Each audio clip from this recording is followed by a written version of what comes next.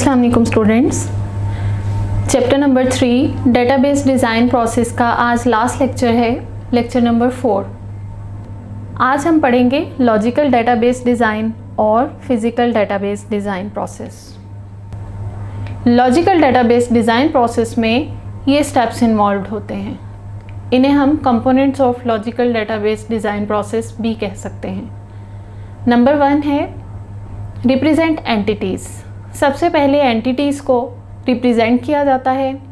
Second step में इन entities के दरमियान के रिलेशनशिप्स को रिप्रेजेंट किया जाता है। थर्ड स्टेप में अगर ज़रूरत हो तो रिलेशंस को मर्ज किया जाता है। और लास्ट स्टेप में रिलेशंस या टेबल्स को नॉर्मलाइज करते हैं। स्टार्ट करते हैं रिप्रेजेंट एंटिटीज़ पहले स्टेप से। यहाँ पर मैंने एक स्टूडेंट की एंटिटी ली है और उसके एट्रीब्यूट्स डिफ़ाइन किए हैं। स्टूडेंट आईडी, नेम, एड्रेस और डेट ऑफ बर्थ। इन एट्रीब्यूट्स में से ऐसा एट्रीब्यूट जिसकी वैल्यूज़ यूनिक होंगी, उस एट्रीब्यूट को मैं की एट्रीब्यूट का नाम दूंगी। की एट्रीब्यूट को अंडरलाइन कर दिया जाता है। अंडरलाइंड एट्रीब्यूट अगर ये साथ मेंशन ना भी किया हो कि की एट्रीब्यूट है, तो जिस भी एट्रीब्यूट को अंडरलाइन किया होता है, अंडरलाइन करने का मतलब होता है कि ये की एट्रीब्यूट है या फिर इस टेबल की प्राइमरी की है। इस की को छोड़कर बाकी जितने भी एट्रीब्यूट्स होते हैं, इन सब को कहा जाता है कि ये नॉन की एट्रीब्यूट्स हैं। अब इस एंटिटी को रिलेशन की फॉर्म में कुछ यूँ लिखा जाता है। एंटिटी का नाम टेबल का नेम बन जाता है। की एट्रीब्यूट को हम टेबल का सबसे पहला फील्ड बनाते हैं और बाकी फील्ड्स तमाम नॉन की एट्रीब्यूट्स होते हैं। जैसे ये 3 नॉन की एट्रीब्यूट्स हैं, ये यहाँ पर की एट्रीब्यूट यानी प्राइमरी की के बाद लिखे जाएंगे। लॉजिकल डेटाबेस डिज़ाइन में हम एंटिटीज़ को इस तरीके से रिप्रेजेंट करते हैं। एंटिटीज़ को रिप्रेजेंट करने के बाद सेकंड स्टेप में रिप्रेजेंट किया जाता है रिलेशनशिप्स को। लास्ट लेक्चर में मैंने ER डायग्राम बनानी सिखाई थी और उस पे हमने लॉन्ग डिस्कशन की थी। अगर किसी स्टूडेंट ने वो लेक्चर नहीं लिया तो उसका लिंक मैंने डिस्क्रिप्शन बॉक्स में डाल दिया है, वहाँ से आप लेक्चर देख सकते हैं। ER डायग्राम्स में जो हमने रिलेशनशिप्स बनाए होते हैं, उन्हीं रिलेशनशिप्स को हम कुछ इस तरीके से रिप्रेजेंट करते हैं। फॉर एग्ज़ाम्पल, मेरे पास स्टूडेंट का एक टेबल है, उसकी प्राइमरी की है स्टूडेंट आईडी, साथ में स्टूडेंट के नेम का एट्रीब्यूट है और उसका फ़ोन नंबर। यहाँ पर डिपार्टमेंट का एक टेबल है जिसकी प्राइमरी की है डी नंबर यानी डिपार्टमेंट नंबर। बाकी एट्रीब्यूट्स में डिपार्टमेंट नेम और स्टूडेंट आईडी यानी इस डिपार्टमेंट में कौन कौन से स्टूडेंट्स पढ़ते हैं।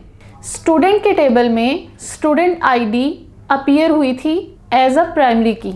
डिपार्टमेंट के टेबल में यही प्राइमरी की यहाँ पर फॉरेन की के तौर पे एग्जिस्ट कर रही है। इसका मतलब कि हम फॉरेन की के थ्रू टेबल के साथ रिलेशनशिप डेवलप कर सकते हैं।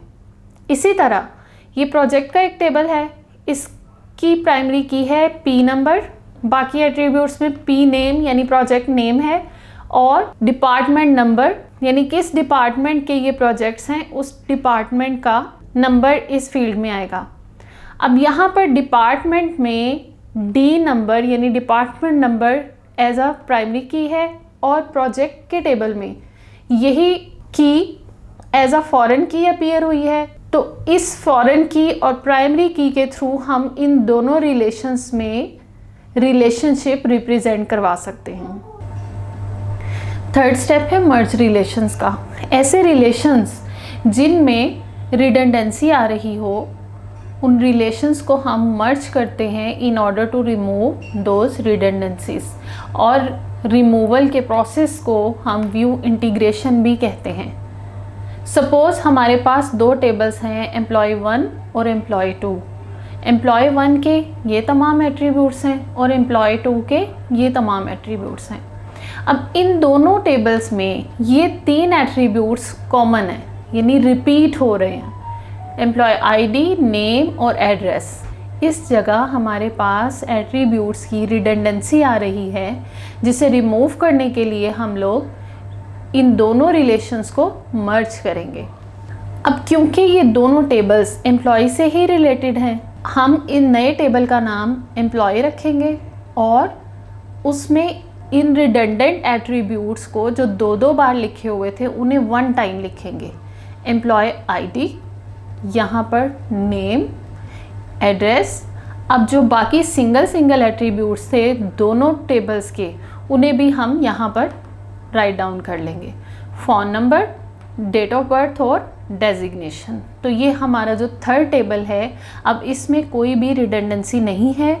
इसका मतलब हमने दो ऐसे रिलेशंस जिनमें रिडंडेंसी आ रही थी, उसकी रिडंडेंसी को, रेपिटिशन को हमने रिमूव किया। एक थर्ड टेबल बनाया जिसमें इन दोनों टेबल्स की रिडंडेंसी को रिमूव करते हुए एट्रीब्यूट्स को लिखा। लास्ट स्टेप है नॉर्मलाइज रिलेशंस का।